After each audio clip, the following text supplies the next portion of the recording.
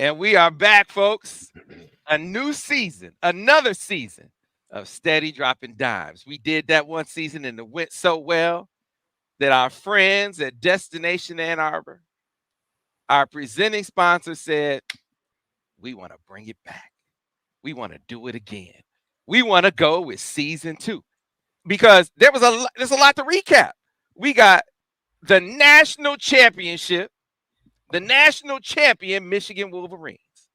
I think we spoke it into existence in part. We talked a lot about JJ McCarthy and all the great players and Donovan Edwards. You told people don't give up on Donovan.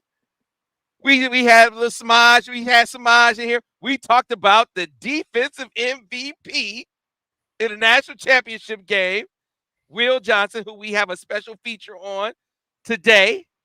So we got a lot to cover, but look at that. Hey, Daniel, you see that? Daniel Horton, you see that? Hey, I seem to remember once upon a time about my Lions. I seem to remember talking about them. I'm Ray Charles right now. So we're gonna bring it up as we begin another season of Steady Dropping Dimes. So much to cover. We got Jim Harbaugh to talk about, Lions to talk about. We've had segments on coaching malpractice. Today we're gonna do a segment on fan malpractice. I know Daniel has something he wants to go off on fan malpractice. I have something I want to go off on fan malpractice. And Devin always got something he want to go I'm off. just the referee. I'm just the referee, baby. I'm just referee. Well, we got a lot to cover.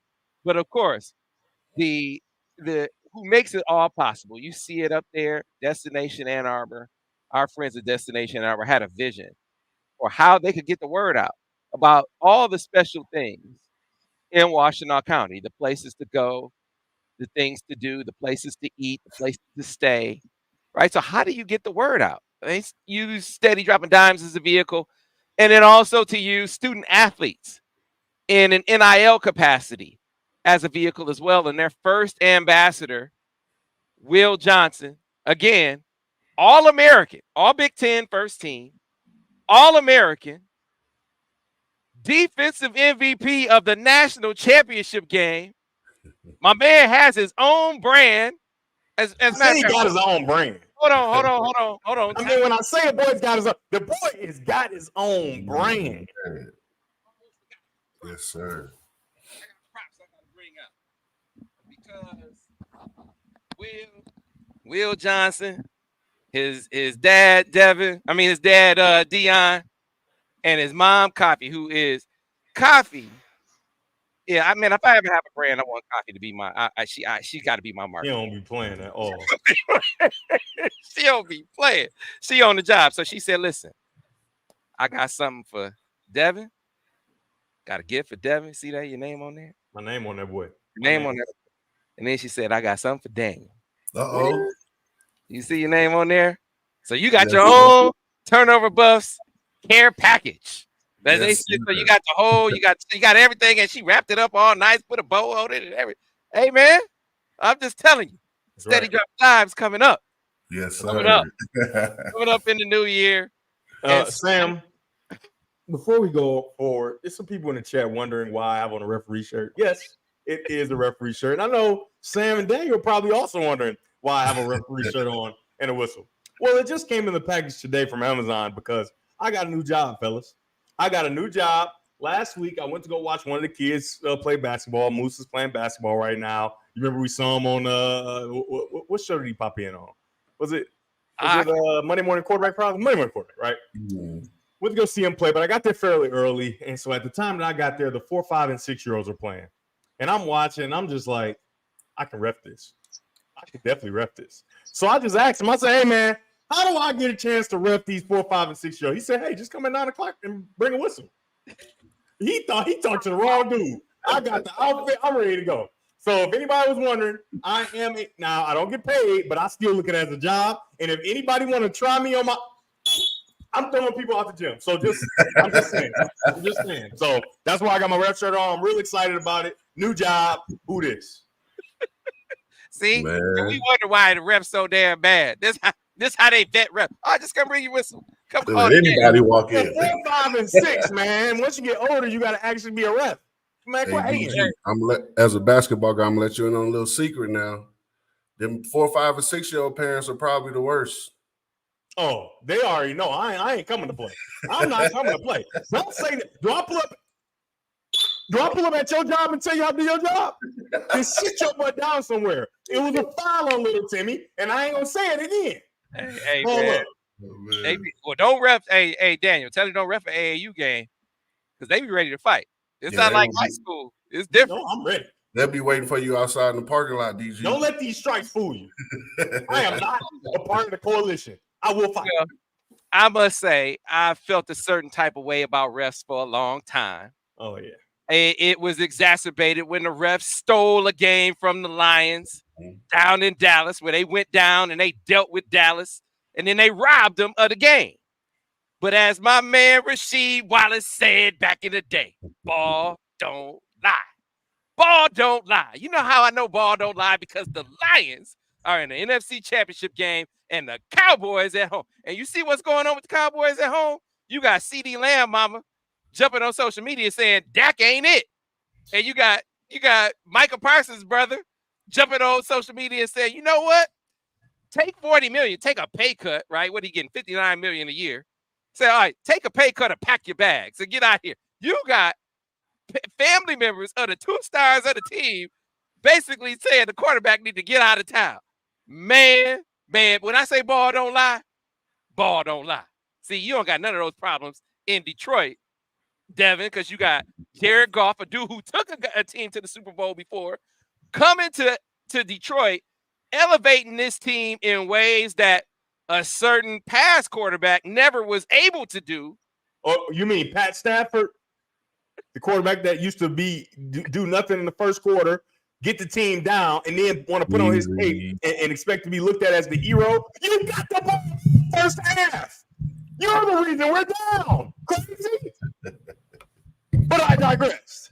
Yeah, y'all gonna leave Matt Stafford alone, man. You're the reason we're in this position. Of course you should bring us back. Crazy. You can't burn down a house and then get a Medal of Honor for putting out the fire. What are you doing? Get the hose. Put the fire out, please. We need to get this man's Mike some help. But I agree.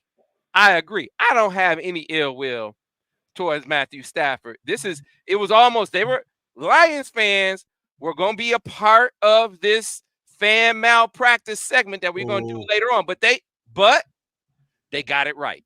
See, all that we saw in the past about, rooting for Matthew Stafford in the Super Bowl and Detroit Rams and all that dumb stuff. I was like, come on, man. What are we doing? Why are we celebrating?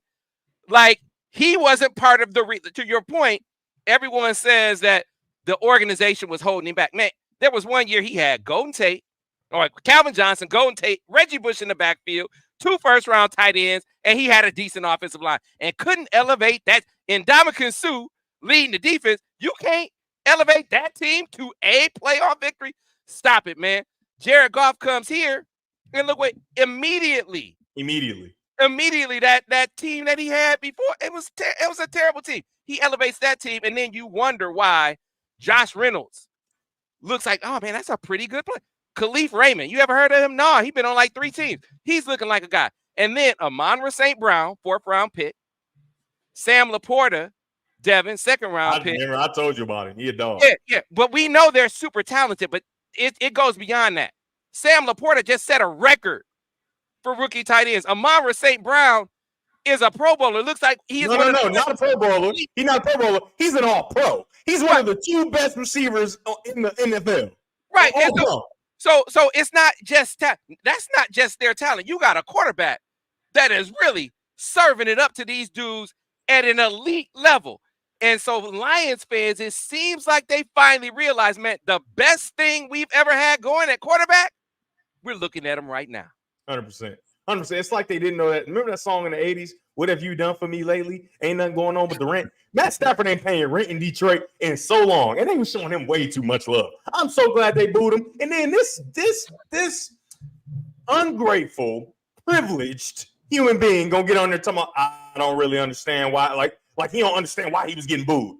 what we supposed to cheer for you and make our actual quarterback feel bad when you asked to leave after you had given us 12 years of ineptitude, right? All that stuff that Sam just rattled out, all those good players that you had but we just continue to say it was the program. Then we watched the Bengals, who's just as bad an organization, draft a quarterback, right? Draft a quarterback, number 1 overall, because they were the worst team, and in 2 years he had Super Bowl. What? They gave him 2 first-round receivers too, though, and Baker Mayfield went to the Browns. Within 2 or 3 years, he won a playoff game. What? Who is Matthew Stafford, and who does he know, and why does he get a pass? I think he might own the internet. I'm telling you, he has stock in the internet. It's something that is going on that people are so confused that this dude just got such a bad shake in Detroit, man. It's just so hard for him. He just didn't have a chance. I can't take it. Hey, man, Baker Mayfield went to the Bucks. And they went to the Bucks and went to the Bucks and what the Bucks have more talent than Matt Stafford had with the Lions, though. Man, hold on, Sam. I think y'all underestimate. I've been waiting on this, Daniel. What about the Bengals? The Bengals had Jamar Chase and T. Higgins and Joe Mixon. You talking about rookie wide receivers, kind of like how Sam described veteran all-pro type wide receivers that Matthew Stafford had? Is that what you mean? Both of those guys. Wasn't Jamar Chase close to being all-pro as a rookie? Wasn't he like a stud as a rookie? Like these guys are big-time players. Calvin Johnson. That's it. And you telling me T. Higgins ain't coming for the Golden Tate? He didn't have Joe Mixon. He had Joey Bell and Reggie Bush and Javid Best. 1,000 yards rushing and 500 yards receiving. Reggie Bush was a 1,000-yard rusher and a 500-yard receiver. We had Reggie Bush and got rid of Reggie Bush. Like Reggie Bush is not a. And thank you for that because he did good in Detroit. I'm confused. Okay. All right, the Bengals had so much talent, even though they picked number 1. Okay.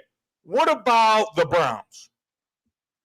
Because they wouldn't win a playoff game within 2 or 3 years with Baker Mayfield. Yeah, they probably had one of the top 5 defenses in the league. Oh, here we go. You know what? I'm so sick of these apologists. Is Myles Garrett not the best defensive player in the league? It was Ndamukong Suh at the time not the dominant and best defensive player in the league? Was he not? No. He was up there. He was up there, but he wasn't the best. Come on. If that's the case, you can do the same thing with Myles Garrett. He's not necessarily clearly the best. Yes, he is. Okay. He gonna win MVP this year, right? He won it last year too, right? No, he's not. What are you talking about? He's gonna win defensive MVP. I know what you're doing, Daniel. See, you trying to eat up time so we don't have to talk about them Saints. What you trying to distract the Aints? You talking about the Aints? Hold on. Y'all see that? What happened? Why are you wearing that? They haven't played in weeks. So the Bucks, right? The Bucks that just lost to who they lose to? They lost to the Lions. Right, they lost to the Lions by a touchdown. And they dropped 2 interceptions in the first quarter, right? Here we go. What could have happened? Trajectory of the game, right? That Bucks team, we just beat 41-17 the last week of the season, and we both finished with the same record. They just won the tiebreaker, but why they win the tiebreaker? Because we lost to the Packers after being up 18-0. Then we allowed them to score 3 touchdowns in the last 4 minutes of the game. All that was great. Lions in NFC Championship. I got one question. Are the Aints, are the Saints in Cancun or Hawaii? That's all I want to know. Because they're not going to be playing on Sunday or Saturday. No. I hope y'all get y'all. I remember my first beer. I remember we won our championship back in 2009 and we were on cloud 9, so I'm not gonna poop on y'all party, man. Go Lions. Daniel, I was taking algebra 2 in 2009. Man, I was taking algebra 2, Chief. I had to go back and look at this defense. This dude had Ndamukong Suh. Exactly. He had in the secondary, he had Glover Quinn. They had a top 5 defense. He had Darius Slay on the corner. I mean, what are we talking about? That he had some players on defense too. You see the defense they trotting out there now? That defense they trotting out there now. Glover Quinn was a Pro Bowler on that team. He had some players.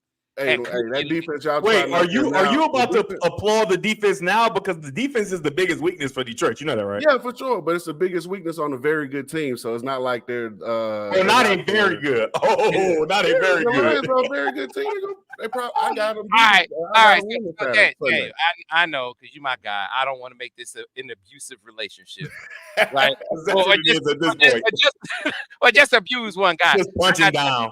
I gotta talk about my guy DG. Because DG, I remember you saying a couple weeks ago, you said, you know what, Sam? Mark my words. The Dallas Cowboys are going to come after Jim Harbaugh. I said, I don't know, Devin. I don't think so. I don't think Jerry Jones has it in him to go out and get a dude who he's going to have to defer to, who he's going to have to give it to and get out the way.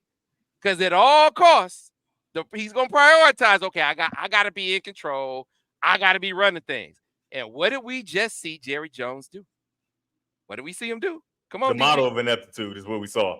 This man just decided to stick with a coach who lost in the very first round. The very first round, the wild card round, as a 2 seed. If that's the answer, I'm cool being wrong because obviously I don't know nothing. This dude just stuck with the dude that lost in the first round as a 2 seed. Daniel, did you see that? Oh my goodness. Hey, more power to him. Yeah, it did. And you see the disarray that's going on with the team right now. Like, if that's not a reflection upon of leadership, can you imagine Dan Campbell? So imagine one of your teammates, but they family member got out there on social media and said, "Man, Daniel got to go. Daniel ain't good." Or a family member got out there, a receiver. So like Jeremy Gallon, I'm sick of this Gardner. Hey, I'm sick of he gotta go. Jeremy Gallon put up stats. CeeDee Lamb has put up numbers. And his mom was talking about Dak ain't it.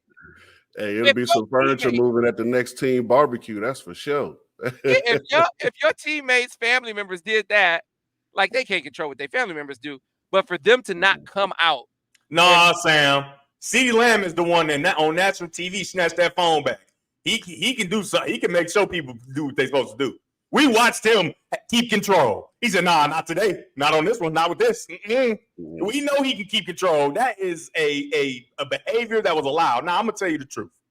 The mom thought she was on Facebook in obscurity, just kind of, emotionally, and somebody in the screen grabbed it and sent it to Fox, sent it to ESPN. So they played her. She got to find out where the rat is in her circle. But even still, your baby about to get super paid. Your baby making that kind of money. You going to make it even a possible risk by putting stuff out there like that? I don't understand the reward because nobody's listening to your opinion on whether or not they should have this quarterback or that quarterback. You're not going to get what you want, right? So, but the thing, the con for it is so huge.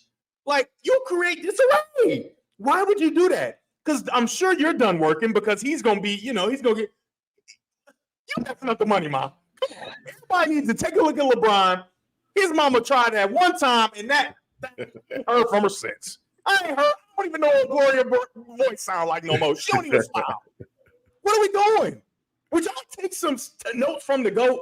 Take some notes, please. Shut them up. It's like with social media now. It's like you have to have those media training sessions with your whole family now. Like you have to get the PR person to come to your house and have everybody. Hey man, this is. We don't say this. We don't do that. We ain't getting it. No, anything I tell you definitely ain't gonna be said on no internet. Man, see, but messing up the money. I feel like with social media being so prevalent now, you can't really control everything somebody in your family is gonna say. But immediate family, yes, you can. Yeah, you could reprimand it, but see, I guess my issue is once it's said, what do you do now? And none of them dudes came out and was like, Micah came out and was like, hey, he say his own thing. I speak for myself. I love my team. But it wasn't like Dak, my dude. Nah, this is foul the way people talk about Dak. Nobody stepped up and did that. CeeDee Lamb didn't do it. Micah didn't do it. I love Micah, by the way. Nobody on the squad. I'm not a Micah Jerry guy. Jones didn't do it. I'm not a Micah guy. I'm not no more. Because he seemed like that hard nose, just go get it type. He a talker. Because in the biggest games, he is not showing up. I don't care what you're doing in this regular It's season. been like that since college, though, DG. I remember watching the Ohio State game and where he went missing back in college. Just going missing. And Sam, I ain't talking about going missing like, oh, you only got a couple tackles, maybe you just didn't get a sack. I'm talking about going missing where they're running at you. Yes. Right? They are actually game planning to make sure they attack you as a all-pro caliber Hall of Famer type player. I don't want to hear his voice no more. And then you're doing a podcast every single time afterwards. Shut your mouth. You did nothing. That's like Samaj acting crazy, and he ain't get a chance to do really much against Ohio State. You remember I said that? I said, you ain't do nothing in the game, kind of step back a little bit. You talking crazy, and you ain't do nothing. Dak played a good football game. Dak played a good football game. Where were you? Not against Green Bay, he did. I'm talking about throughout the season. Who played better, Dak or this rusher? Wasn't Dak in the MVP conversation at one point? Let me say it again. Throughout the season, who performed better, the rusher or Dak? Dak. It ain't even close. Why are you even thinking, Sam? It's close. Well, he get the ball. Disappeared on a number of occasions. Hey, man, Dak get the ball every damn play. Yeah. Micah is gonna get double and triple team, and he was still doing his thing. Sam, he wasn't getting double and triple team. I can tell you that right now. He wasn't. First of all, we don't need to. You're small. So when we pass, we just get the ball out quick. You're neutralized. And in the run game, you're a liability. He was not getting double teamed. They start dropping him the pass coverage because he wasn't being effective. Hey, man. I think the teams that ran at him, like the Lions, I think they did a good job. But bullied him. I think, yeah, you give Dak the regular season prize like you always do, Dak? Sure, but I don't think there was this cavernous gap. There were some weeks where you were like, man, this is the best player. Talking about Micah, this is the best player in the NFL. Now, did he do that every week? No, he didn't. But I could think of when I look at Dak, he reminds me of Matthew Stafford from the standpoint of you get a lot of great regular season stats, but when it counts, when you got to elevate your team, what happens? Dak won a playoff game before. No, I don't think see, that's the thing. Everybody always put the caveat when it counts. We do this with basketball too. At the end of the day, they all count. Sam, look at those stats. Like Sam, some time out, Daniel. Can you read the stats on the screen, please, while Sam talking crazy? Okay. No, I ain't talking crazy. So let's put up Matthew Stafford's regular season stats. That's what I'm saying. Matthew Stafford was a big time player. Stats. See, because I'm gonna tell you, you put up Dak's stats and you put up Jared Goff's stats, and you're gonna say, oh well, Dak's definitely the guy you should take. And I'm gonna tell you, you ain't watching the game. Hold on now. You just watching the stats, you ain't watching the game. Because if you watch the game, you see a guy who has command of his team, who elevates the guys around him consistently and has done it in a way that has led a team to a Super Bowl. And now you see it, he's done it in a way. Hell, he did it in a way down in Dallas against Dak when they robbed him. So one question. Because the topic right now is Dak or Micah Parsons. What has Micah Parsons done? You give me a bunch of gaudy regular season, not even just full season stats, just a couple games. What is it that's making Micah Parsons? Because you said, oh, Dak get the ball every play. Well, that's more opportunity for mistakes. Micah Parsons only got to do it every once in a while, and he can't do it. Well, I tell you what. If he gets 2 sacks, it's a great game, right? You asking me, if I'm starting my team, who am I going to take off Dallas's team first? I'm taking Mike Parsons every day. Oh, yeah, you're going to be doing a lot of losing. Yeah, man. You ain't got no quarterback. So, you ain't got no quarterback. Because you don't know what you're going to get as a quarterback. And if you know for a fact that Dak is an option, I'm taking him. I take Micah Parsons in. I go get Jared Goff. Let's go. All right, this was Dak's best year, and I showed Matt Stafford's best year with the Lions. Yeah, pull that up. Ben will find that. That's producer Ben. That's easy. Ben in the background doing his thing. So, but the reason we brought it up is because didn't I just tell you you can't turn a hooker into a housewife? Didn't I tell you that? Man, I said that. I use this. I hate to use such a crass sort of comparison, and they freezing me out on the screen right now because I use that comparison. But I just said, who Jerry Jones has shown you to be over the course of his his professional life as the owner of the Dallas Cowboys isn't going to change just because all of a sudden you say, okay, he's seeing his humanity. He's seeing the sand run out of the hourglass. He's 81 years old. It's time. He's got to try to win. No, Devin. No, it's never going to change, brother. Hey, I haven't been wrong much, but obviously Jerry Jones is deaf and blind. And he is senile and he don't get it. So hey, it is what it is, man. But guess what? They're going to keep making money. And that's really what he care about. They're going to keep making money. Hey, if it was going to change, he would chase Jim Harbaugh. So we got Chili's brother in the chat who now Zeke, that's my man. That's my guy. He'd talk crazy.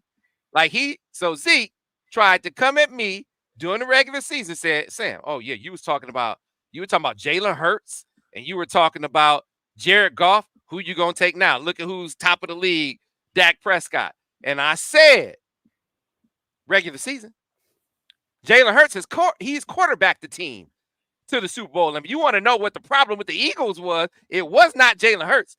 Their coordinators sucked. Their coordinators were terrible. Sam, also, Matthew Stafford's best year is not better than Dak's this past year. Matthew Stafford had a year he threw for 40 plus touchdowns and like 15 interceptions and 5,000 plus yards. What are we doing? I think producer, we're going best as far as like production on the team field record. Too. Yeah, your team record accompanied with your best stats. I got you. That makes sense. Yeah. That makes sense. Which concluded in no playoff wins, by the way. Hey. We know this. We know this. But hey, man, I was born in 91. What I know is you Never got seen this before. My eyes. Teammates of Dax, and I don't want to spend no more time on teammates of Dax saying, or family members of teammates of Dax be like, hey, get this dude out. And the teammates not stepping up for him. That says something to me. Says something about leadership. Says something to me about the it's just these immature kids who can't see how bad the quarterback play is around the league. Because the grass always greener until y'all get somebody else in there and not CeeDee Lamb. Like, man, why can't I get no passes, man? You're not gonna really bring up this game that they won that they got robbed in. Hey, Sam, let me ask you a question, Sam. So of the three, right? Jalen Hurts, Dak Prescott, Jared Goff, all teams that won 10 plus games this year. Which one has a bigger contribution to their team success of the three? You really think it's Jared Goff? It's not. Team success at what? So what's success? I mean, winning. They all won 10, 11, 12 games this year, right? Okay, so now playoff success. Whose team is still playing? But is that because of Jared Goff? How many points did the Lions score the other day? Whose team is still playing? And I'm asking you, because with that success, is that strictly because of Jared Goff, or do the Lions have a great team? Whose team? Hey, you start up with Jared Goff. I like Jared Goff, and I love what he's been able to do. He's a statue that cannot move, and it gets us in trouble. I would take Dak in a heartbeat. No, give me Jared Goff. Jared Goff because put Dak on the Lions roster. I think he's the same quarterback that can move. No, we have seen Dak in multiple incarnations of the Dallas Cowboys not be able to get it done. And how many times do you got to see? It's like Jerry Jones all over again. I told you, Jerry has shown you who he is, Daniel. What more do you have to see before you believe that's who he is? But Sam, you got to also think about a tremendous regular season quarterback who, for whatever reason, can't make the plays in the postseason. You got to think about this, Sam. When you play for the Cowboys, you're never living in obscurity. Playing for the Lions, and I don't want to take anything from Jared Goff, but he was living in obscurity. It's no pressure to perform. It's the Lions. You know what I mean? And you looking at me crazy like that's not a thing, and you know that's a thing. When it ain't no pressure to perform, of course you're going to be outstanding, right? And I'm not trying to take nothing away from Jared Goff. Like I said, I preface this by saying I like Jared Goff's game and whatever, but him not being able to move is a detriment to the team. And you've seen it over and over again come up like, man, if he could move, we could get out of these situations. He can help the offensive line. And I think it's going to come up big in this next game if they can't get their guard, Jonah Jackson. If they can't get Jonah Jackson back, he's going to have to move off the spot. And we've seen what he does. Against the Rams, he took the ball with two hands and shoveled it backwards when the pressure came. That's just stuff that you won't have to worry about if you with Dak at the quarterback position because he can move. That's all I'm saying. I would personally take Dak, even though I do like Jared Goff. Well, hey man, I want the guy who's proven to me he can win in the postseason. But what does Jared Goff won? He was in the Super Bowl, but he didn't win, right? But okay, has Dak even gotten there? No. At this point, they're both franchise quarterbacks. And then he went to another team. And so you say he doesn't have all the pressure on him. The Lions have never been to a Super Bowl. They had won one playoff game in 5 decades. He took that team to playoff success. This is not that team. I'm sorry, man. This team that had 5 first-round draft picks or something like that in the last 2 years that have all been turned into really good players. This is not the same Lions that Matt Stafford played. Hold up. Because if you're going to use that argument, then you got to go back and not give me all that garbage about Matthew Stafford didn't have anybody. Because I'm not giving you that. I'm not giving you that. And I'm using that argument, and I'm not giving you that. Because he had a bunch of first-round picks just at tight end. What round was Laporta? What round was Laporta? What round was Branch? Laporta was second round. Branch was second round. But like beside the point. Like the Lions have come a long way from drafting. But the thing is with that, Daniel, is those two dudes are playing like first rounders. They're second rounders playing like first rounders, which is awesome. And we're not mentioning Jack Campbell in the first round, and then Jahmyr Gibbs is my favorite player on the team. I mean, just a monster. A monster, right? And a lot of people, myself included, I take it on the chin. Like, man, they reaching for Jahmyr Gibbs. Man, Jahmyr Gibbs looks like a star. Difference-maker. St. Brown is a star. Sam Laporta is a star. And give the Lions credit for identifying all those talents. But it's the consistent thread is Jared Goff. No, they ain't just out there looking like. Honestly, Sam, I'm giving more credit to the GM than Jared Goff. I'm giving more credit to the GM. Because he's done an outstanding job building his team. He has, and I don't want to. When you can hand that ball off to Jahmyr Gibbs and he do what he did, get up on an all-pro safety, break him down, take him to the end zone, then stiff arm him through the end zone, that ain't Jared Goff. That wasn't Jared Goff, but I'm talking about the way he's serving him up out the backfield, and all those guys. I mean, they were not going to let you go deep. Hey, Sam, that's play design, man. That's Ben Johnson. That's play design. I'm giving all these dudes, I'm giving them credit. I'm giving them credit. Okay, let's settle it here. How much percent do you give Jared Goff for the Lions' success? I'm going to make it very succinct for you. Okay. I think Jared Goff, if I want the quarterback for my team, the Lions right now, you tell me take Jared Goff or Dak Prescott, I'm taking Jared Goff every time. I ain't even hesitating. Because this guy has proven to me he can elevate a team. And I give Brad Holmes credit for drafting all those guys. I give all those guys credit for the talents that they are. But you cannot dismiss how this guy makes the players around him better. And this was my major gripe with Matthew Stafford. He had great players around him.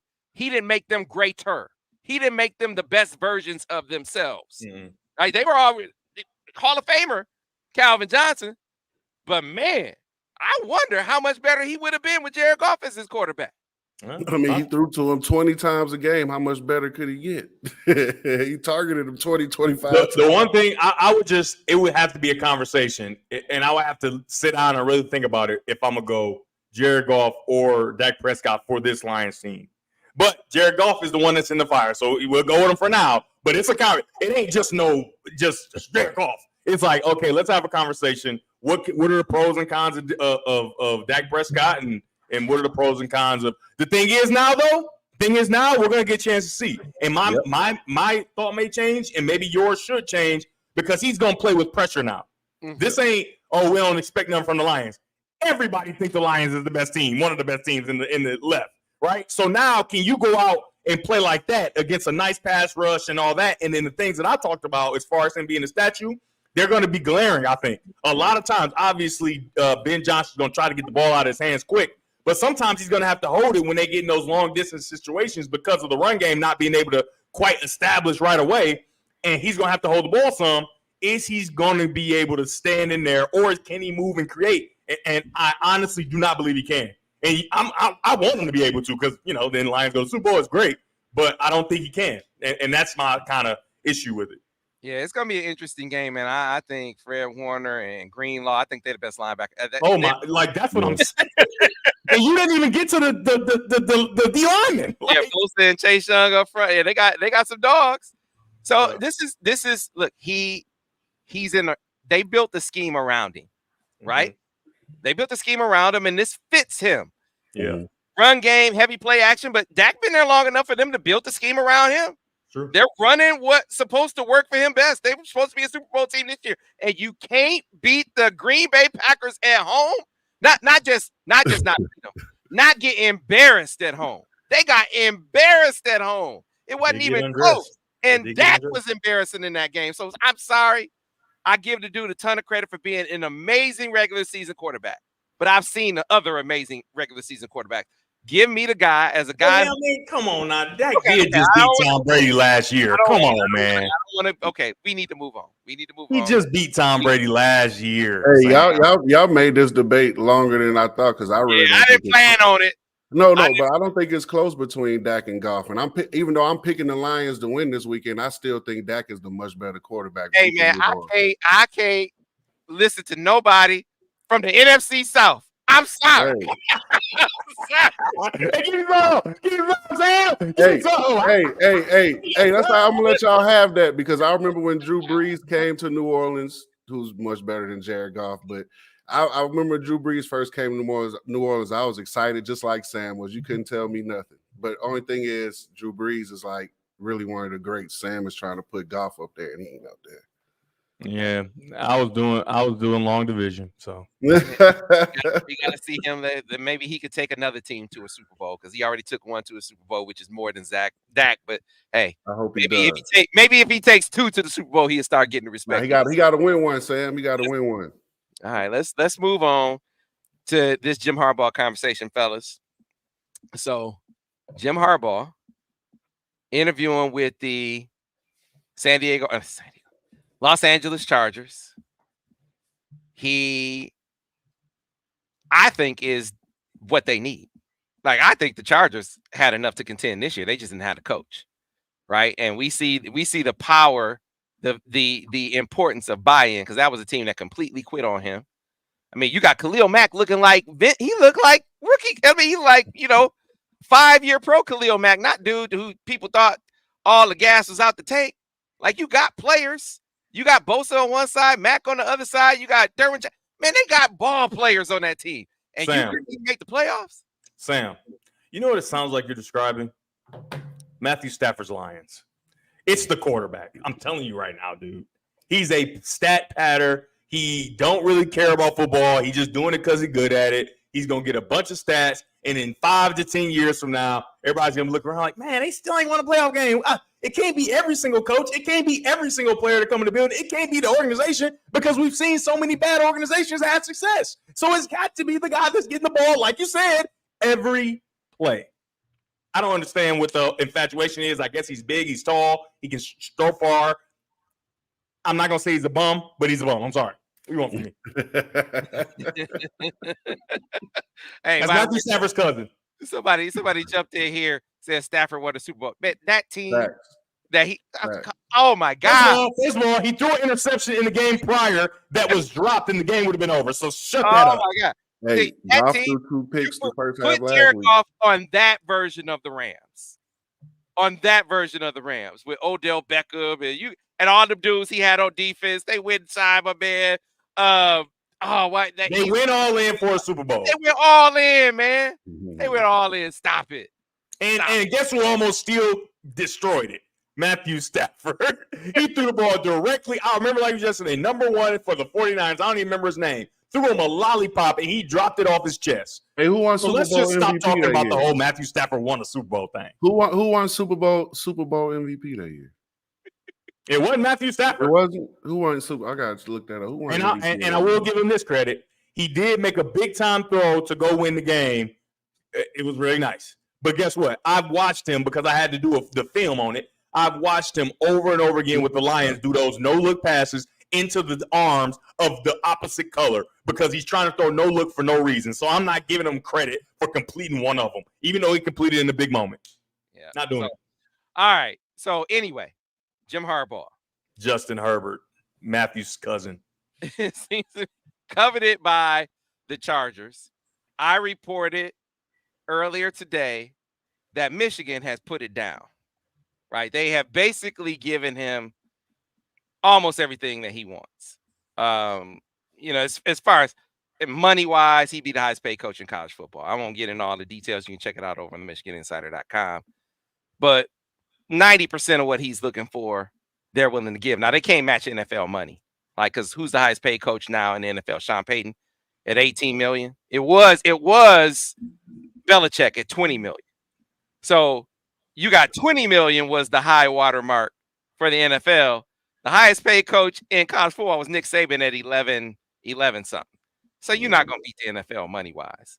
So if he to stay at Michigan, it's not going to come down to money. But I think what they've set up is basically everything you want to stay is on the table.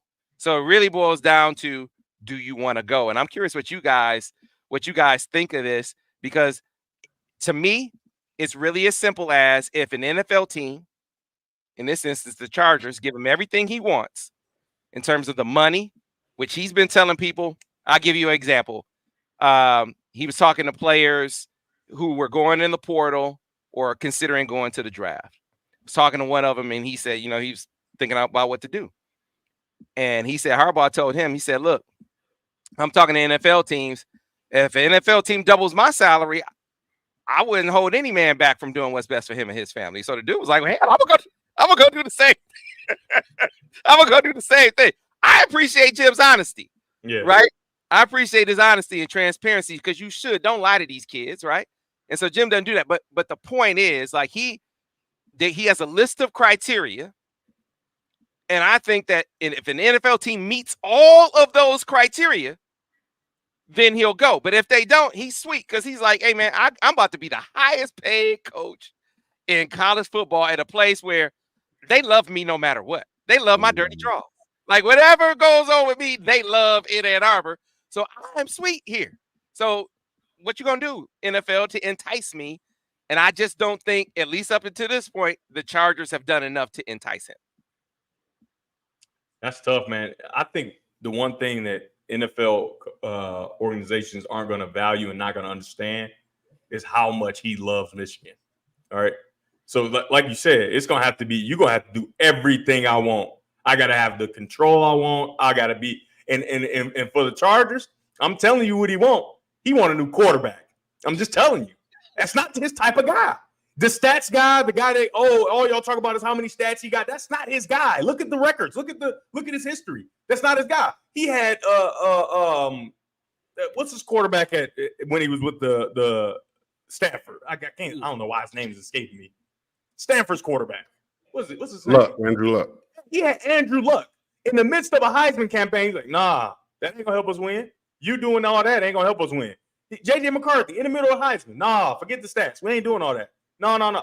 And a guy who is a stat patter in LA, I mean, I just don't see him wanting to be a part of that. And so he's going to probably want autonomy to say, hey, if I don't think I'm going to give it a chance. If I don't think it's going to work out, I need to be able to go in a different direction with this quarterback so we can get to a winning culture. And I don't think they're going to be able to I don't think they're going to do it. So I would say stay in Michigan. I mean, I think, well, they don't have the cap flexibility to do that. The cap situation is. Oh, somebody give you 10 first-round picks for him. Hey, I'm going to give you 10 first-round picks for him, guaranteed. Hey, Sam, I think we're assuming that we're looking at it from a Michigan-colored lens, right? That Jim Harbaugh is setting the pace for. He's like the leading candidate in the club. He's the hot commodity on the market, right? I think the reason why we haven't seen anybody pull a trigger on him or Belichick is because, these teams are looking for these young hot coordinators now. Y'all have two of them, right? Like, I think people are waiting, and I know they've probably been interviewed already, but I think they're probably waiting to give those guys first choice, like the Aaron Glenn, Ben Johnson, and I think Aaron Glenn is smokescreen. I don't think teams are really serious about having him as their head coach. And Mike McDonald. So like those three guys, right? Those three guys are kind of like the young hot coordinators that could be from we don't know what's going on in the back channels. These are the guys that the Chargers or whoever the guys the teams that we think are in play for Jim Harbaugh maybe they're waiting to these guys to complete their seasons to make a decision and to. So who knows? It may not even be, oh, does Jim Harbaugh want to be here or not? Maybe those teams have other people in mind first before they come to Jim Harbaugh and make him an official offer. So I could be wrong. Daniel, I think the only person in that, what you said, that is a possibility is Ben Johnson. Because the thing is with Mike Macdonald, as much as I think it would be perfect, a good fit, just because of, the defensive prowess and all that, and he's young, right? He's not like the old defensive guy. He understands what he don't know, and he'll get people in position. They just did that with Staley, the hot defensive guy, and that did not work out. So they're not going to do that again, I don't think. Right? The thing is, for Harbaugh, is just he's shown to be able to win with either you can have great defense, you can have great offense, you can have a running game, you can throw the ball. Like, he's shown to be able to build a culture of winning, not necessarily a hot offense or a hot defense. So I don't think teams look at Harbaugh as a offensive guy. They look at him as like, oh, he's a culture builder, and he's going to change whatever we got going, which is not very good in LA, into something special. Yeah, I've just been hearing the Johnson and Herbert names have been kind of tied together I can see that for sure. Even before Harbaugh jumped out there and won the national championship and done everything that they've, even at the beginning of the year, Ben Johnson and Herbert's names have been linked together with that job. So. The thing I would be so nervous about, though, is just like, okay, Ben Johnson's done a great job these last 2 years. That's his only experience. Right. And you don't give him a franchise, because calling plays and being the play caller and designing plays and being the head coach is two totally different things. I will really caution teams, and I will want to give it another year, man, to first prove that you can replicate these plays and calling plays and all those different things. And then just give you a little bit more experience as a coach in the building, so you can watch maybe how Dan Campbell moves and be able to kind of transition to being a head coach. Because Sam Kramer, it's a totally different job, right? Calling plays and then being a head coach is two totally different things, in my opinion. Yeah, man. So here's the thing. I love Ben Johnson. I think he is amazing. It ain't even close. Not at all. It ain't even close. Because between him and Harbaugh? Yeah. Not at all. No, not even close. That's what I'm saying. I can't imagine any NFL front office guy, now that Jim has sort of laid waste to the narratives about him. He can't connect with his team, right? He's out of date when it comes to his, he's out of date when it comes to his his analytics and that kind of thing. Jim has eviscerated all such narratives. 100%. All such narratives. So how an NFL front office guy would look at that and say, young, hot coordinator, compared to a guy who everywhere he's been, now stay with me, everywhere he's been, he's turned it around, right? They do it all the time, and in the championship level. And so now, listen, this is not to scare any Michigan fans who might be watching this show, but think about what's happened to those teams after he left. Have any of them been able to mimic the success? They've been able to stay afloat for a little bit, but match the success? It took the 49ers a long time to get back. Oh, they had to complete regime change. Complete regime change. Didn't the Vikings hire a young hot coordinator over Harbaugh too? They did.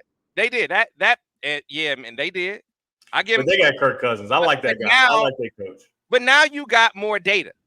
Yeah. Now he has come back. He's done it 3 straight years at Michigan, winning the Big Ten championship and going to the playoffs and winning the national championship now. Yep. So I am, like Devin said, I'm a culture builder. And in all these scenarios that you've handed me, where the programs were down, I've resurrected them. So if you are the Chargers, and I think you're pretty locked in, like you said, you could get 10 first-round picks for Justin Herbert. They're not about to trade Justin Herbert before the next season. He's gonna get a shot. Of course. So who is best equipped to come in and take what we got? San Francisco 49ers when Jim took over. Take what we got and turn it around right now. Yep. Man, if is there a better candidate than Jim Harbaugh? I don't know. Show him to me. Man. And I think that's how he's entering this discussion. Like, convince me. Okay, so we're sitting down in an interview. Convince me to come coach you. That's how I think this is going. Right? Dude, they got some good pieces. And I ain't gonna talk about defense, but Austin Eckler at the running back position, like Mr. Do It Everything. Keenan Allen at wide receiver. they might have missed on Johnston, but maybe he needs a fresh start. Maybe I didn't think he should have gone so high as a wide receiver, right? Because he's big, but he's not really super fat. You know what I mean? He's a good player, but I mean, they got a lot of weapons, man. They got a lot of pieces, and giving it to a guy like Harbaugh would be that it got to be good. And Can then you we'll know imagine? for sure that that's Matthew Stafford's cousin. Because if Harbaugh can't get him to win it, then ain't nobody get him to win it. So tell me if you guys can get with this though, because Michigan is making their play. They've basically this is all our chips. We showing you all our chips. Like you can see our hand. This is what we got. We don't have anything else, Jim. So hopefully you come back. If you don't, we appreciate everything you did for us. If he does come back, which I think is on the table, like, NFL types will have you believe it was a foregone conclusion that he was signing with the Chargers. Last I checked, the contract wasn't signed yet. That tells me they haven't met every single piece of criteria, because it's not like he's running from Michigan. Like, I gotta leave. It's not like that. Like, he could be, are there some things he wants to change? Of course there's some things he wants to change around here. But it's not like, oh my God, I got to get out of Ann Arbor. So he would be fine coming back being, in my opinion anyway, being the highest paid coach in college football with some other concessions. So if you want me to come, give me everything. And it sounds like the Chargers haven't given him everything. So I think Michigan has a chance to get him back. But here's the caveat, and I want you guys to answer this, and this is for all the people in the chat to kind of condition yourselves.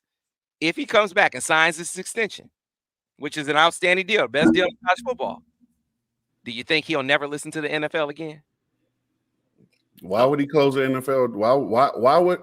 Why would he limit his opportunities as a human being that way? Like we all love Michigan hotels off Park Place. What are we doing? Yeah, we all love Michigan, right? But he's already said he made the best point that you can make. If somebody's gonna come double my salary and give me everything that I'm asked for, hey, Michigan, I love y'all. I did my part. Yeah, like that's no. Why would you ever? I'll be watching y'all on Saturdays sometimes, because sometimes I got game planning and stuff to do. But I'll record it. But nah, I gotta go. Yeah, man. And so that's my point to Michigan fans is, look, I don't think there's nothing that you could do that Michigan could have done to get him to not listen to the NFL.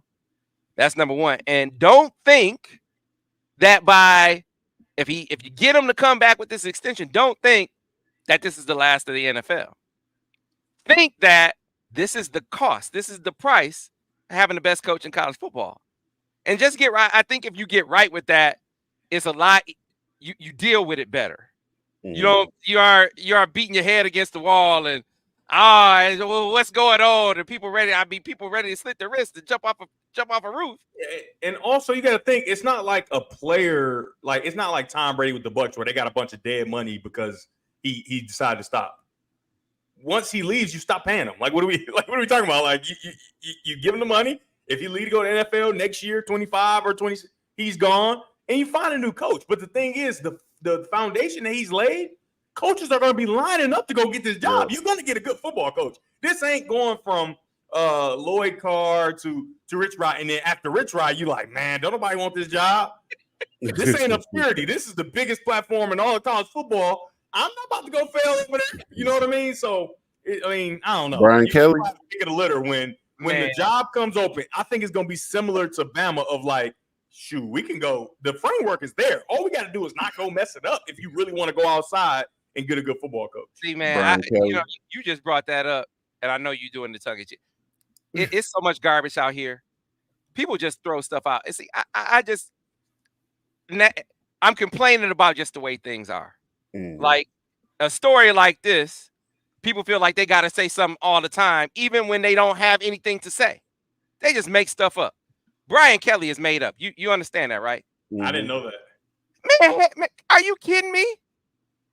Man, stop it. Nah, there's no way he's Kelly is not about to be the head coach of the University of Michigan. You think he'll give up his accent and come back and be more of a northern accent if he do? Well, he get his Midwest accent back. First of all, the way he left Notre Dame because he wanted to get down in a different way. Yep. And then he gonna go back to getting down like they got down there. What kind of sense does that make? No, he's not right? leaving LSU for Notre Dame. So you think Michigan is going to pay his buyout and pay him a salary comparable what he's getting at LSU? Are you kidding?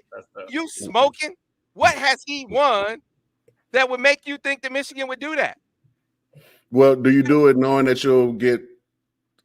Well, I don't know if we're allowed to mention recruits' names, but do you do it knowing that he comes back? Oh, we can't. Do you do it knowing that he'll bring the number one recruit in the country with him? What makes you think he'd be able to bring the number one recruit with him to Michigan? What makes you got him to come to LSU? Okay, that's different. Well, I'm just saying. I don't know if that's. I'm not saying that. I'm not saying that's true, but you know, they getting a lot of guys to come down south.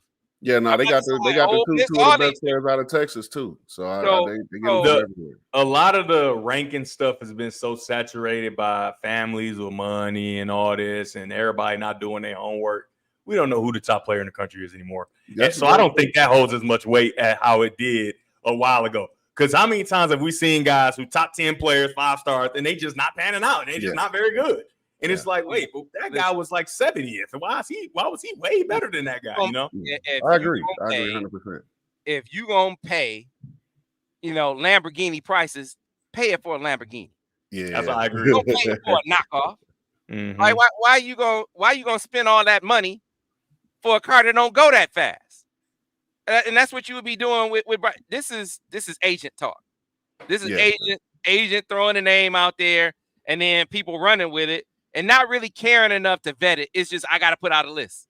So we just got to put out a list. Hey, okay, let's just throw out John Harbaugh. John Harbaugh is gonna be the next coach of the University of Michigan. I could do it. Yep. He's gonna win the Super Bowl. Honestly, though, Sam, he's gonna replace his brother because they be going at it. I think that's a possibility. He like, you know what? I'm gonna go show him I can do it better than you. You ain't the only one trying to be the only one. You need to be thanking me because I gave you your last 2 defensive coordinators, Jim. Hey, but think about this, Sam. If you hire from within, you're hiring someone with no head coaching experience, though. You are, but you're able to perpetuate the culture. That's what you're looking to do because this is the other thing you got to think about. How did that work for Sam? Let's say for the sake of argument that this made up name Brian Kelly was accurate. Mm. I'm telling you right now, dudes will hit the portal.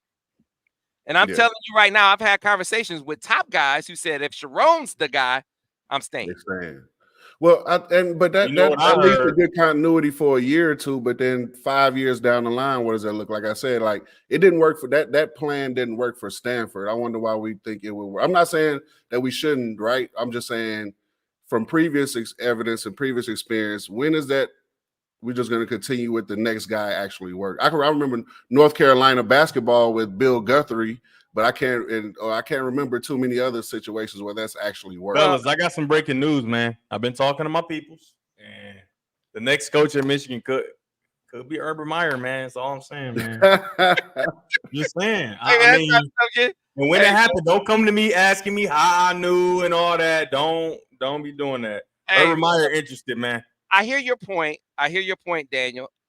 And look, can I sit here and guarantee you that they'll be able to carry forward the success to the same level?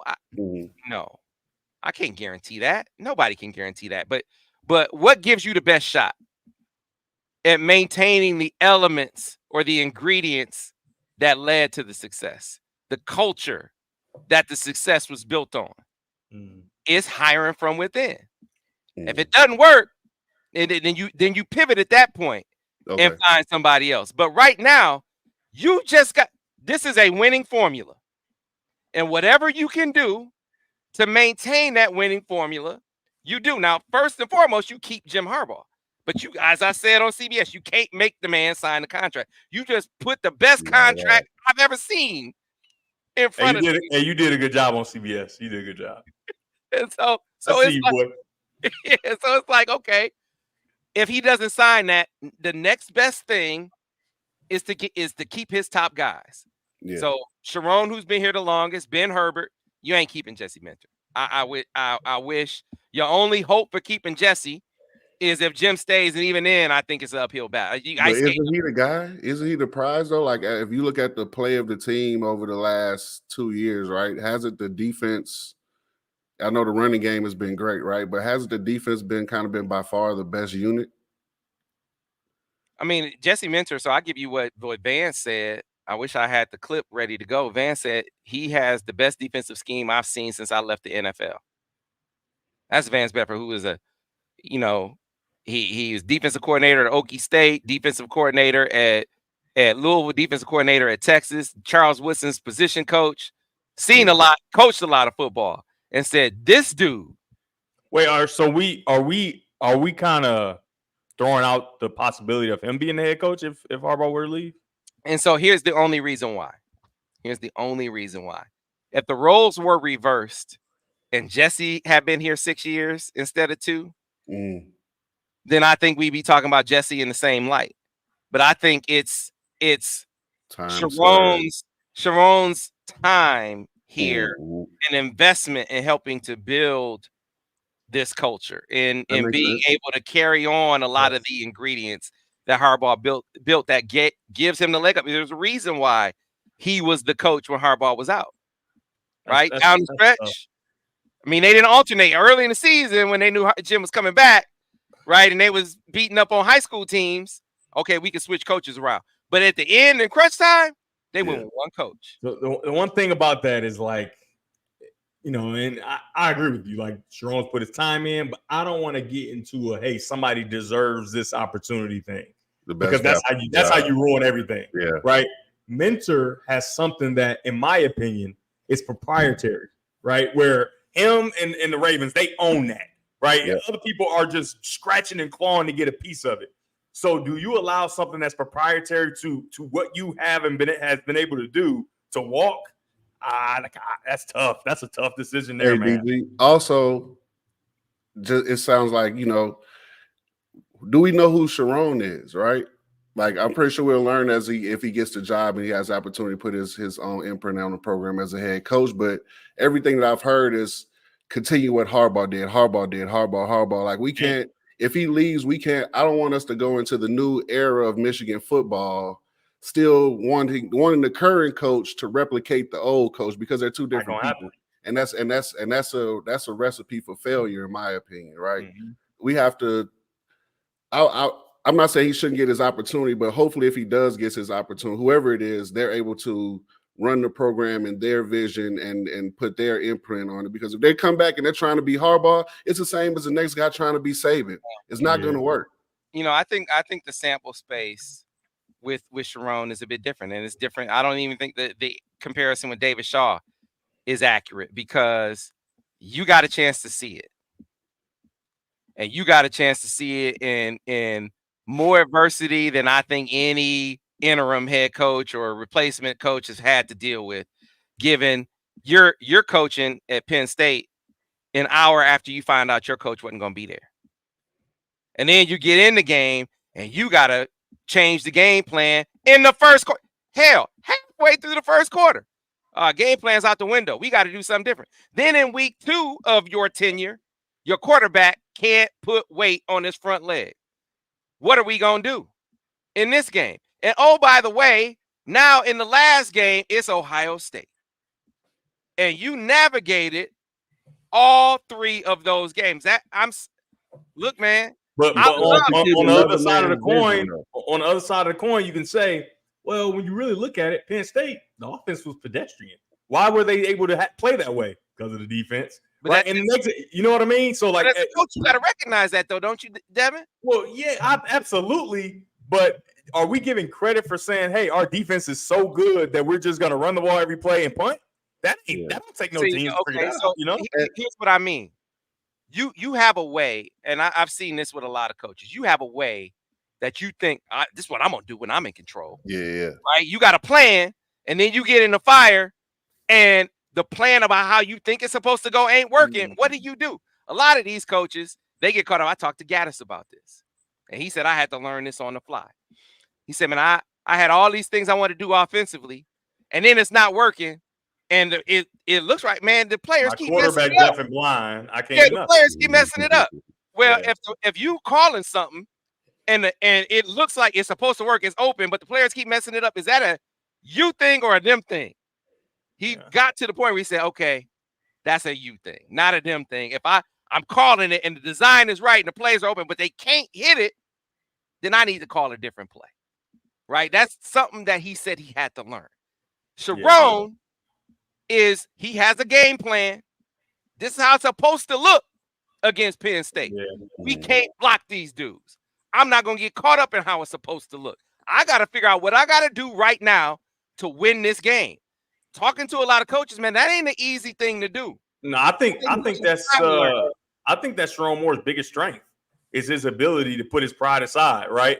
And to not be prideful in the situation of like, this is my baby. I want my baby to be looking like this. You know what I mean? And it's just like, no, that's not going to work. Like you said, it's hard to put that pride aside and say, hey, I didn't get it this time. I got to switch. I got to pivot. And people can't pivot. And I think that's most people's biggest downfall, not just as a coach or as a player. That's why I talk about JJ and give him so much credit because he was in the middle of a Heisman thing and didn't complain when he was not able to perform and give, you know what I mean? Yeah. So that type of mentality when you're an alpha, right? Yes, it's hard to be both an alpha and somebody that can pivot that way when what you want to happen isn't happening.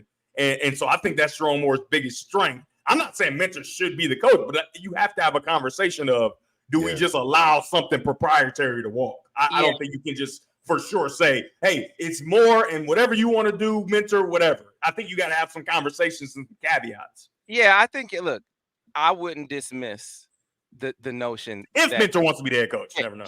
He deserves an interview. Coaching pedigree, his dad, Rick Mentor, who I talked to Vance about, he coached with him before. He comes from a line of coaches, and he, as good as Mike McDonald was, and obviously he's killing it with the Ravens. Turned it up. Vance, who I that's my dude. And I came through with the promise people. He said, Sam, steak dinner. I took Vance to Del Frisco's, right? Hey. So I had never been to Del Frisco's. We had made it happen. So it was cool. That's a classic Texas spot right there. Yeah, it was cool hanging with Vance. But he said, Sam, this dude is different. He was out front of college football. He said, Sam, he was out front of Nick Saban.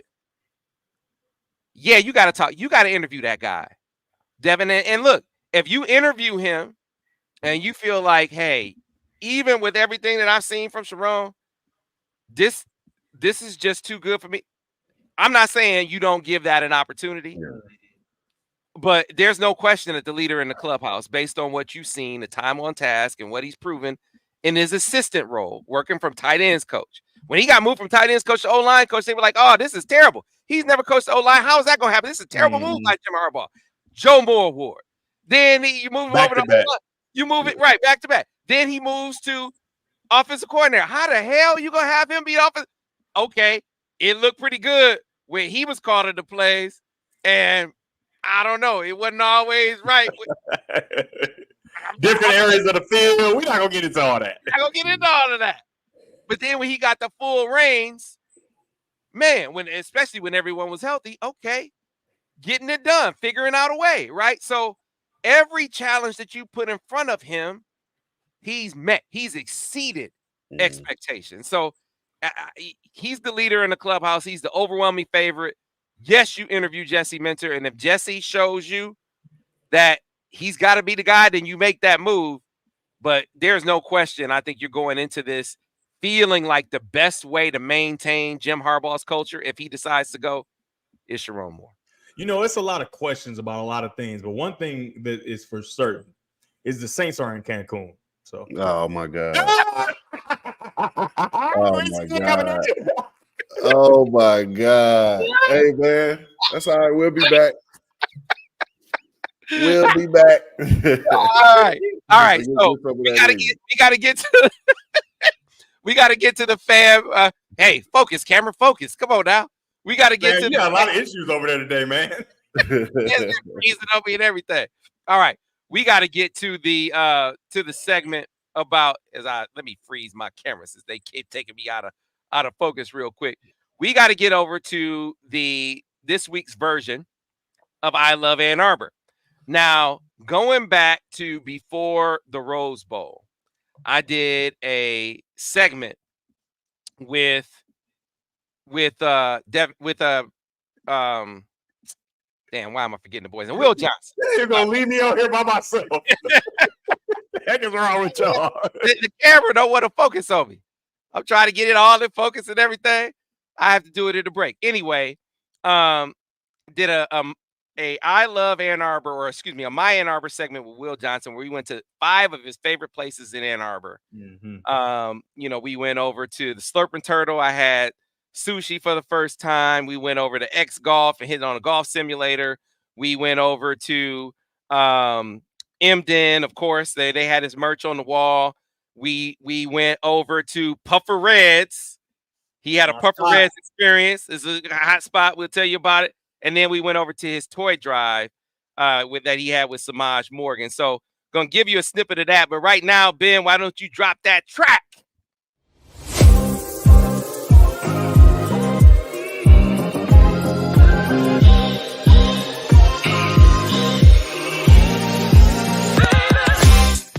And so this is part of the series that Destination Ann Arbor sponsors, and they have NIL ambassadors going around Ann Arbor to open up the doors to some of the best spots in Ann Arbor, spots that they like to frequent.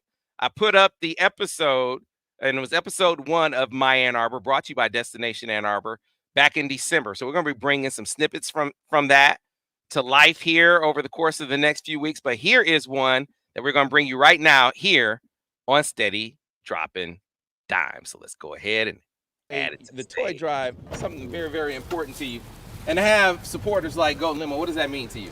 It means everything. I mean, they helped put this event on for me. They've been supporting me the whole season, the whole year, so it just means a lot that they help me give back to the community like this. Yeah, so I heard you just partnered with them, and to have a partner like Golden Limo who's like-minded, who is very focused on giving back. Right. Was that important to you as well? Definitely. I mean, like you said yesterday when I was talking to you, they're doing a lot of things.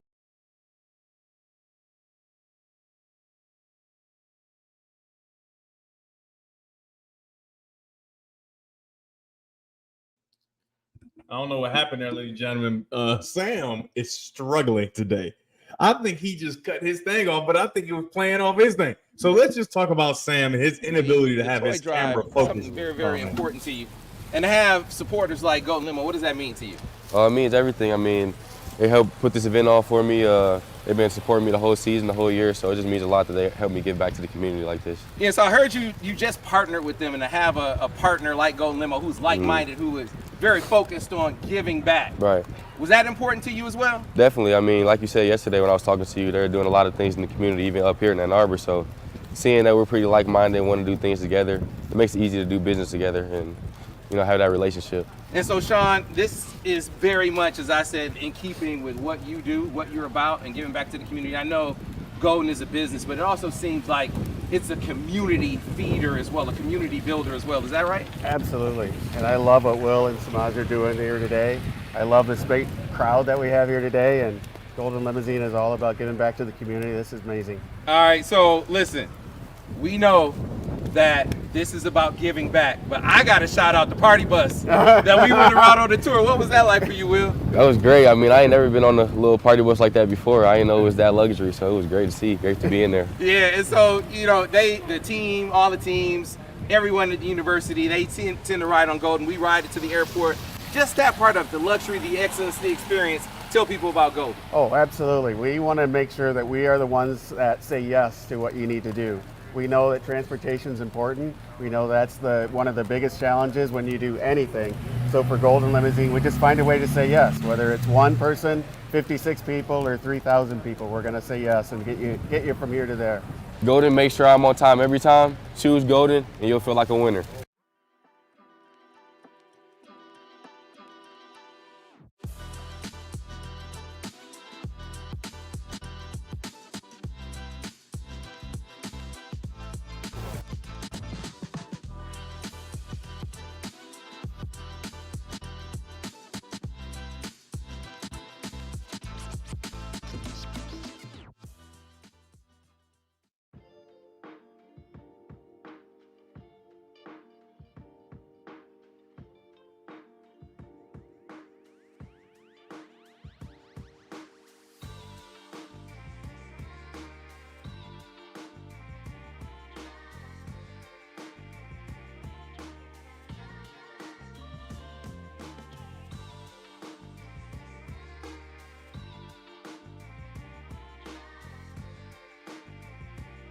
You got the designer brands.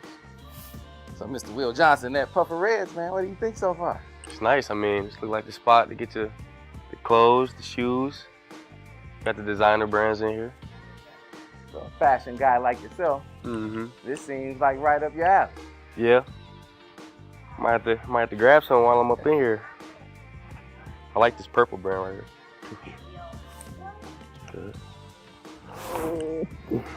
Can I interest you in some box? See, I'm representing the brand. I came up ready to go. We're schooling. Got a few pair of dunks.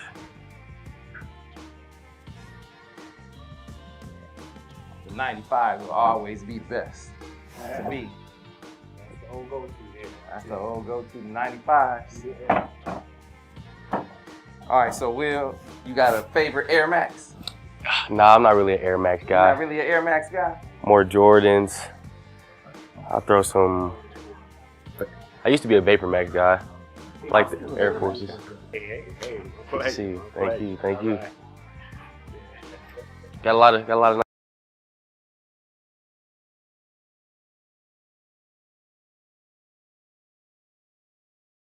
And here we go. I'm back in focus, and that was one of the Welcome back, Sam. a snippet from the episode. Hey, so people don't go to Puffer Reds no more. I used to always be in Puffer Reds. Hey, man, these man, everything they shop online, man. They don't know. Oh, Yeah, Will was like, man, I'm coming back here. He never bought, been in there before. no, he bought like a trench coat when he was there. And what I love about Puffer Reds is like the people are gonna tell. Like if it's fly, they're gonna tell you. There's like, okay, that looks And good. they sometimes have stuff that you ain't seen either. They do. And so if it looks bad though, they'll tell you that too. But there was a lady, like he put on the trench coat. Lady came up and was like, oh yeah, you got to get that. That looks good. So Will bought it. So it was cool. The full episode, Ben, if you can grab the link from that My Ann Arbor episode and drop it in the comment section when you get a chance. Drop it in the chat. We'll also put it in the description of the video so you can watch the full episode. But we'll have more of those coming up. I think the next one on the list is going to be Coast and Loveland. Hey, Sam, don't let my man pick up no Jordan 1 mids no more either. That's not it. That's not it. That's not it. Not the mids. Yeah, I don't have any mids. The only Jordan ones I have are the high tops. Yes, sir. That's all. If I catch you in mid, Sam, your name will go from 2 straps to something else. Hey man, he didn't call him mid range. He didn't know anything. Mid range over there. I call it mid range. Is it because he used to pull up at the elbow extended? Nah, it ain't because of that. No. Yeah, he didn't know anything about Hirachis, man. He didn't know anything about Hirachi. Well, Hirachis wasn't out when he was a kid. No, Hirachis is a 90s thing. Okay, but it's the Fab Five though, and I was like his dad had told him about it. He's like, I don't feel. Can you even play in those? I was like, come on, man, come on, dog. Remember the Kobe Hirachis? Them boys are so cold. Yes, sir. So anyway, that is. See, that's what NIL to me is about, and Destination Ann Arbor really gets that. Like, and that's what they are. They are a tour guide to all things in Washtenaw County. Well, if you want to open the doors to that, what better vehicles to do that than student athletes? And Will Johnson was first up to the plate, showing you around to some of his favorite spots. Now Puffer Reds is one of them. So again, check out the full episode. And of course, we'll be bringing you more instances, more episodes of My Ann Arbor in the coming weeks and months. With that, Ben, if you can please drop that track.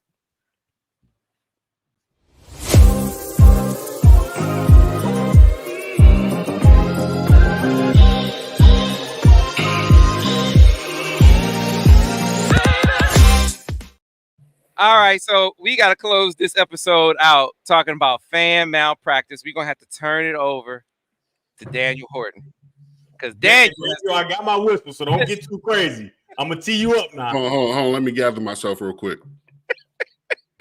Daniel has been on 10. Wanted to talk to Michigan fans. We've been talking about coaching malpractice. Turnabout is fair play. If we're going to talk about coaching malpractice, and player malpractice at that. Because we called Samaj out. We was like, hey, Maj, okay. Your post-game commentary, bro. we were with you until you said 18. Ain't like We that. was with you. We was with you. You tripping now. Right. It was like, come on, man. Come on. Stop. 18 is that dude. Yeah. So if we gonna call out coaching malpractice or player malpractice, we got to be able to call out fan malpractice. So Daniel Horton, you have the floor. All right. So I'm gonna start this by saying, man, we're not tolerating any Michigan basketball slander, right? We understand the team is struggling, but if you don't have anything positive to say, if you're a former player, if you're a fan, I don't care if you've been a fan 50 years, if you've been a fan 5 minutes, please remain positive and support the program and the players. The stuff I read online, whether it be Sam's website or other Michigan publications, is ridiculous. Juwan is first of all, any team that starts the year with their coach out for medical reasons, you can pretty much guarantee that team is going to have an up and down start to the season, right? Or up and down season as in total. But also you lose your 3 best players to NIL and to the NBA draft, all these different things. Not to mention, it's a totally different job than it was 5 years ago, right? There may be internal things that are going on. We don't know that as fans. The only thing we know is what we may read or what we may hear, right? Support the program, man. Like, that's all I'm asking. Like, as a former player, as a person who loves Michigan, all sports, Michigan, basketball, football, hockey, soccer, I've been to softball games, everything, man. Support Michigan and support the program. Like, it's not about We got a comment. We got a comment. Go ahead. Nick Stauskas questioned their heart. What you got to say on that game? It's Nick Stauskas. Nick Stauskas is 1,000 miles away from the program. He can say what he wants from there. I would rather him, me personally, I'd rather him keep it to himself or show up and support the team and go in the locker room and tell them to their faces and be that type of guy. Don't be the for lack of a better term, a coward and tweet something from 1,000 miles away. You're not willing to go sit in the locker room and say to those guys, right? I'm that type of guy. I'm gonna say that to them, or I'm gonna say it to Nick Stauskas. I'm gonna say it to whoever's gonna hear. Like, be supportive, man. Like, we know there's issues, we know there's problems going on, but the piling on and the calling for Juwan to get fired, man, let that man sit back and figure out what's going on. At the 5-year mark, he's had just as much success as John Beilein had in his first 5 years. So let this man sit back and figure out a job that is not the same job it was 5 years ago when he took over. NIL, transfer portal. He lost his best player to another team and another college basketball team because of money. Not because of anything else, but because of money. Hunter Dickinson said he cried when he told Juwan he was leaving. Right? So, Daniel, another thing you brought up another thing, a comparison, and this is really for fans, of Jim Harbaugh in his first 5 years, when everybody's calling for his head and all these different things. And then you have this last 3 years where everything's been gravy. But what if you get rid of Jim Harbaugh at that time? Exactly. Give him a chance to figure it out. Give him a chance to circle the wagons, as we say in the South. Redo some things within the pro, whether he revamps his staff or he goes out and he changes his recruiting strategy, whatever it is, give him a chance to fix the situation that they're in right now and improve the program. If it doesn't work, move on. But one thing I know that I've learned about sports, when you change coaches just to change coaches, it rarely ever works out. You don't end up with the long-term success that you're looking for, right? Beilein got 10 years. He was able to build this vision out in 10 years to where it was a good program. Give the man time, man. That's all I'm saying. Yeah, so a couple of things to your point about John Beilein in 2010. And he'll tell you this. In 2010, he thought he was going to get fired. Before the 2010 season, he thought he was going to get fired. Season hadn't met expectations, and he thought it was done. And when he got the reprieve, he's like, "You're not getting fired." He changed this. He fired his whole staff. He changed his whole staff, and that's when Val Jordan, B.A., Bakari Alexander, and Jeff Meyer. To this day, I haven't. That is the most cohesive staff I've ever seen for any sports team. Was that staff? They were just, and by cohesive, I mean not only did they mesh well, but you know, they were when they were contentious, it was healthy. Like they challenged each other in ways. I tell the story all the time about Mitch McGary gave them some of the dog they needed, and that wasn't in Beeline's DNA. And I remember watching, I was at an AAU tournament down in Orlando. Mitch, I mean, everybody's at the game. It's Krzyzewski's there, Calipari's there, everybody's there. Mitch dunks, did one of them, right? And got teed up, and Beeline was about to pass out. He was like, what are we doing? And he wasn't even coaching, right? And so they're in practice one day. I'm pretty sure I told this story before. They're in practice one day, and J-Mo, Jordan Morgan, boom, Beeline said, get on the line and run. Get on the line and run. Now you got to understand the progression of J-Mo, because that wasn't Jordan coming out of high school. I think Jordan would tell you that. That wasn't him. Oh, no, Jordan was kind of looked at as not as the toughest guy in the world. Right. And so BA's point was, I got to infuse some of that in him. So he's like, hey, man, anytime you do anything with any kind of emphasis, I want to hear it. Right. So he goes in practice. He's doing what BA told him to do. So he dunked, and Beeline telling him to get on the line. And so next thing you know, when Jordan get on the line, BA get on the line right next to him and start running. And Beeline like, man, what you doing? He said, Coach, I told him to do that. If he running, I'm running. Right. And so now, next thing you know, Beeline at press conferences talking about, we got to have dudes with dog in them. I'm like, man, what? Right. Like, who is this? So who are you? Yeah, right. He talking about we need. Now you got to understand, I don't know that we saw a ball screen run in Beeline's first 4 years on campus. All of a sudden, he's like, the ball screen is just, it's really, really changing the. As far as I know, ball screens have been a part of basketball. I think they were too simple for a complex guy like John Beeline, who is an X's and O's genius in the basketball sense. And the play was so simple, but it was what made Darius Morris a player at Michigan. It was one of the things that made J-Mo such a Morris. Yeah, come on, man. And so my point is, you saw a coach evolve after he was on the precipice of being let go. Same thing with Jim Harbaugh. You wonder if all those changes he made after 2020, would he have made all those changes had he not been on the brink? Exactly. Because it wasn't just one guy or two guys or three guys. He said the whole staff was different. I mean, he changed everybody. And look at the results. So to your point, maybe this is that moment for Juwan where you're on the precipice and you got to do some things that really jolt the program in a different direction in the ways in which guys who themselves are. Jim almost got fired in 2020. Yep. John Beeline almost got fired in 2010. Maybe this is Juwan's moment, but this is what I say to challenge you, Daniel. Okay, man, I'm a former player. So this is Nick. Mm-hmm. Well, I know Nick forever. Passionate dude, Big Ten Player of the Year, man. I put it on the line for this team. I know what I had to do in order to help us be successful. I feel like I'm not seeing that from this team.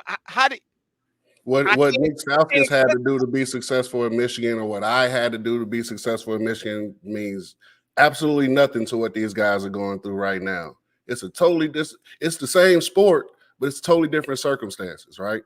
All the things that we see as far as your teammates changing every year. You have a teammate that's your best player. Now he's playing for Kansas. And like all of these things affect kids and their ability to perform on the court. Or this is all, we brought in 4 new guys this year, and this is all of our first year in the system. Yeah, and we're not freshmen. We played in another system before. So we're bringing habits and bad habits and things, learned behaviors from other programs that we're bringing into Michigan's culture. So it's not the same it's not the same thing as when Nick Stauskas came in with 3 or 4 guys and we were all here in Michigan until we decided to go pro and everything went smooth. The culture was set when we got here. No, this is a situation where because of the times changing with NIL and the portal, Juwan has to have a big reset, not just with his, I'm not going to say anything about the coaching staff, right? Because those men have families and they have to support, and they have jobs too as well. But as far as the culture within the program, it's time for a big reset to where if we want to change things, we have to do things differently. And I think you saw that with Harbaugh, right? You saw a lot of guys transfer out of the program that didn't fit what we were trying to do. He brought in guys that did fit what they were trying to do. So it's a big reset is needed, because when he has the talent, he gets results. Even with this group, at one point in the season, they were one of the better offensive teams in the country with this group as far as offensive efficiency, with major deficiencies on that roster. So it's like the coaching is there. It's not coaching. Yeah, Sam, I think Daniel for Nick, and I know Nick was a cool dude. I like Nick, right? I think for Daniel, it's like you so harsh, and so for me, the way I live my life is like, I'm not going to complain about something I'm not going to try to hope change, right? I'm not going to clown and do how bad his shoes look because, they got holes in them, whatever, if I'm not going to get him a new pair type of thing. That's just how I live my life, right? For kids or grown-ups, anybody I try to help. You know me, Sam, try to get back as much as possible. And that's kind of like how I do it, right? Because I'm a silly dude. I got to make fun of you. But if I'm going to make fun on something, then I'm going to have to make sure I help you and, kind of remedy the situation. And for Nick, it's like like I said, thousands of miles away. You got NBA money. You had NBA money. You can get on a flight and go talk to the team if it means that much. Don't get on the internet with the Twitter fingers because you don't know how that's going to be received. Now you alienating yourself from the program. Not to mention, you don't know what's in those kids' heart. Maybe they do got the heart, and maybe they just ain't figuring out for whatever reasons. A lot of different reasons that it could be. I was a dude on the team, DG, and he did that. When I'm done with it. Back, you have to see me. I'm done with him. You have to see me, bro. Come on. And so I think that's what it is, because we had a situation like that in football. Remember Braylon talking about how soft Cesar Ruiz was. Cesar Ruiz ended up being a first rounder, didn't he? Yep. Right. And so it's just maybe a little premature, or it's just you got to get in the building and try to help. Don't just be the guy sitting on the sideline talking crazy from the couch when you can help, right? You can get on a flight to Ann Arbor. You know exactly where they be at.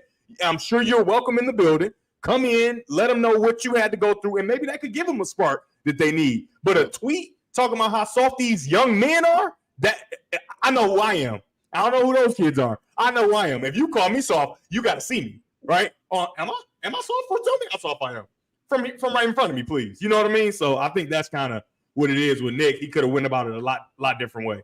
All right, so but the bar, so you got a certain bar for a former player. But what about a fan, man? The only way a fan has to try to exert any kind of accountability is at the games they boo. Online, they offer their complaint. So what is a fan supposed to do when they feel like they're watching something and this is not how it's supposed to go? This is not what I expected. How do I express my displeasure? So that comes that give more NIL money, because that's the issue. Yeah, I'm about to say more talent. Get in your pockets. If you want to see a better product, put some money out there where your mouth is. Nah, that's for sure, especially with basketball. But from a fan perspective, that's being viewed, that like looking at it through that lens it's like almost like you have a certain level of entitlement, or you actually know what's trying to be accomplished out there other than winning the game. Like the average fan, you're not at practice. So when you say, oh, Juwan's offense isn't this, well, how do you know?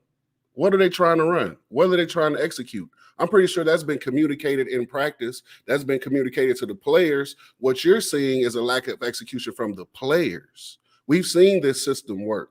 We've seen the system work at the pro level. We've seen the system work at the high school level. Juwan is the only person running these concepts that he's running. You watch Juwan, you watch Michigan defense play 3 different defenses in one possession. I'm going to tell you something, DG, as a coach.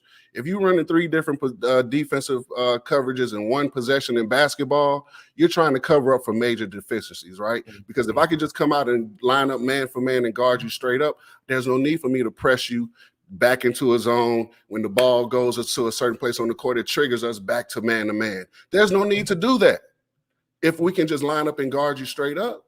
But because we have deficiencies, I have to come up and game plan and scheme ways to get stops. And even at the end of the day, at the last 10 seconds, 5 to 10 seconds of that shot clock, no matter what I've schemed up, if my guy isn't capable of staying in front of the guy that he's guarding, it doesn't matter, right? And so all of these things that's being applied to coaching or a lack of this or a lack of that, it really, Sam, if I was a fan, like I said, I would just continue to support the team. You can talk about missed shots and missed free throws because those are obvious, right? But when fans get to talking about scheme and coaching moves and tactics and rotation, man, you got to show me your CV. Got to show me. You got to show me your CV when you get to talking like that, because Juwan has the coaching and the training and expertise and the experience that none of these fans have. So for you to question his basketball acumen is borderline. No, it's not borderline. It is disrespectful. Daniel, another thing, interesting point and a valid point I think you made about the whole, Nick Stauskas in your era and his era and this era. Like for Nick played, he was in the program for 3 or 4 years, right? 3 years, or was it 4? 3. Right, so you got to grow for 3 years in the system. Like Daniel said, this ain't that. This is in and out. Turn yourself about. This is a Tootsie Roll. Like you don't know who's going to be on the. And so I would imagine it's extremely tough for Juwan for sure, right? Of like, dang, I can't grow these kids up in the system because I don't know who's gonna be here, and I don't know who's gonna be coming in, and I know it's tough. It's got to be tough. And so the answer is put some more money in the NIL for basketball, fans. Put some more money. That way when you lose Hunter Dickinson to Kansas and then your 2 best guards prematurely to the draft, you can replace them with with players that are just as good. Nope, you won't lose Hunter Dickinson to Kansas. Yeah, he stays. But that's the era we're living in college basketball. We talk about how volatile football recruiting is, right? And Sam follows football recruiting as close as anybody. It's basketball recruiting is worse. Yeah, I agree. Less players. Less players. One player can affect the game so much compared to football that these kids have a lot more leverage when deciding what they want to do with their futures than they do in football. Football quarterback, he knows he's going to go there. Whether he plays or not, he has to be there 3 years. Basketball, I can come to your program, change your futures for 1 year, and go get paid. You have to pay for that. Mm-hmm. Sure. So my fan malpractice thing has to do with Connor Stallions. Oh, I wonder what this is. This should be good. Has to do with Connor Stallions. My whistle, Sam. Now look, this is not me calling Connor Stallions a bad dude or anything. Look, anybody who has passion for Michigan, I can't it's hard for me to find fault with. And I think most of what we know him to be publicly is based on his passion. I mean, you talked about it, Devin. Like when you were a player, you saw Connor Stallions everywhere you went. Committed. He was committed. Fully committed. Everywhere you went, to the point where these these recruits, no, they ain't never been committed like Connor was committed. Like, so what you say, every even road games you went to, he be at the team. Every single road game outside hotel. Penn State, you can't even get to Penn State easy, so you know he committed. Yeah, so he was everywhere, and he continued to be everywhere until he became officially affiliated with the team. But then it morphed into something else when he got on the staff, and this whole sign thing happened. And while I agree that the NCAA has taken extreme liberties with how hard they have, I mean, the capricious, the arbitrary, I mean, we could go on and on about how this is just so out of whack, how they were treating Michigan for this offense. We see with the last 5 games how much of a difference he really made, right? I'm not saying he made no difference, but it was the magnitude of the impact that was being embellished by coaches and teams that were getting drilled. And they were looking for an excuse to justify those drillings, right? Purdue got a middle linebacker covering Donovan Edwards one-on-one, and they talking about signs. Come on, man. And outside. I don't think that got nothing to do with signs. The gauntlet stretched down the stretch of the season. Jesse Minter ain't had nobody giving him signs. And what was Jesse Minter getting? I mean, look, these teams don't huddle, right? So what are you looking for? You're looking for formations.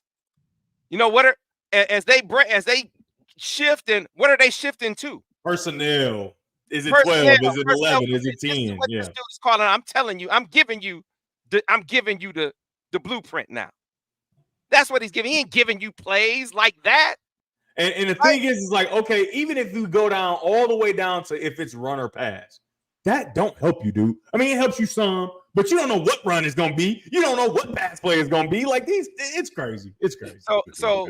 But this, especially once it got to the CMU thing, and you guys remember I told you that what I was hearing was he wasn't doing anything for Michigan there. Mm-hmm. It didn't even make sense. It didn't even make sense for him to be, if he was doing something for Michigan, it didn't make sense for him to be on the field. Exactly. It didn't make sense. Right? We got to use a little. He was there for Central Michigan. From what I hear, I think he was like, you got to qualify everything, right? Yeah, you got a whole outfit on. I think he was there for Central to help Central with the sign, all of the sign stealing things that teams do, and he seemed to be pretty prolific at stealing them off TV, right? You just stand the reason that he could be even better at it, and he had been working on it. I mean, I've seen some of the screen grabs. He had been working on it going back to the spring, right? So it was there. He was there to work for Central Michigan. My point in bringing all this up, the things that he was doing, I don't think they're crimes, right? I don't think he's a bad guy, but I think his zeal to help almost brought everything down. I mean, we celebrate it now like this is all the adversity that they overcame to get there. But it wasn't cool at the time. Right, but I mean, that's a big part of the adversity. Yeah. That is a huge part of the adversity. So what it has turned into is a symbol, at least in the eyes of a lot of fans, of what this is a sign of how Michigan is being put down by the NCAA. And that Connor is the hero for that. And again, this is not me being critical of his fandom or his passion. This is me being critical of the fans' reaction to it. And here's why. I think you are encouraging behavior that could impact the program in the future. He was showing up to the Rose Bowl and the national championship game. The pictures he was taking was crazy. Ohio State game, and rolling up on the players in a mask and everything, and talking to some of the dudes. It's like, man, hold up. We need you to stay away, bro. Come on, right? Man. And some of the players is like, it's not every player, but some of them are like, come on, man. I mean, we kind of in this position, in part because, but fans are rooting it on. Like you're egging it on, like, hey, yeah, come on, yeah, that's funny, yeah. No, not to a lot of the guys in it. Sam, what's the difference between Alabama fielding the best team money can buy illegally and 100,000 people cheering them on? What's the difference? Years. To me, the difference is you're talking about people being impacted, people who are in the fire, people who are on the team being impacted. So you got players, like I said, some of whom were uncomfortable with that. It's like, come on, man. I mean, they don't even, can I talk to you? I mean, are you even supposed to be around? They don't know what to do. And then some of them feeling a certain kind of way. And I admit some of this is born of, man, my dude got fired over this. In part, yeah. Man, I admit, full disclosure, Chris Partridge is my man. That's my guy. And when you saw some of the stuff that was being put out there, like he destroyed evidence and he was destroying a computer and he said, just probably shouldn't say that. I was like, man, this is all God. I mean, they made the dude out like he was a part of the scheme, and none of that was true. And I said at the time, what he did, and he shouldn't have done it, and it was a violation. And granted, I get all of that. He does have some blame in this because he talked to the players and they were talking about something, and he advised them on what they should say. But he wasn't pressuring. He wasn't telling, don't say this and don't say that or else. It wasn't like that. He advised some guys about, players about what they should say to the NCAA, and that's against the rules. And he got fired for it. But the whole reason that it came up was because of the sign stealing stuff. That was above and beyond. So, yeah, I mean, do I feel a certain kind of way that my man can't even get a job? Like, there are teams that want to hire him. And then the ADs come in and say, no, you can't hire that dude. Dang. You can't hire that dude. Hey, Nick Saban. So how about this? Before Hilo. My man, what's my man's name? Hilo. So before Nick Saban hired Hilo, he tried to get analyst. Do you know he tried to get CP? And CP said, "No, I'm not gonna do that." Sam, you want to know what's crazy? That's a real one. That's who that guy is. That's a You know real what's one. crazy, He said, Sam? "No, I'm not gonna do that." You want to know what's crazy? I think all these college football coaches, when they really looked at the film, they knew how bad them boys was. Mhm. Because Harbaugh had a meeting with the team, and he told them, he said, listen, if I was a coach for another team, this is why this is happening. If I was a coach for another team, I would just tell my team, there's nothing we can do with them. Like, they're too good. And for Nick Saban, the GOAT, to be going this far to try to do this, why not just play him? Because it's just the signs, right? But my ADG. point, this is a dude without a job. This is a dude without a job. And Nick Saban say, "Come over here right now." And he's like, "Nah, man, I ain't gonna do that. That's a real one. I ain't gonna do that." That's this guy. And that's the guy who's out of job, who can't get a job in college because it is like he gotta go to the front. Man, I mean, hell, Harbaugh taking with him if he leaves. right, probably hoping Harbaugh. And I don't blame him. Because it's like, he's probably gonna have to be out of college for a minute before he come back. It reminds me of Ron English. Ron English, he said some things he shouldn't have said when he was a coach of Eastern, got fired, had to sit out of college football for a couple years. And you know who took a chance on him?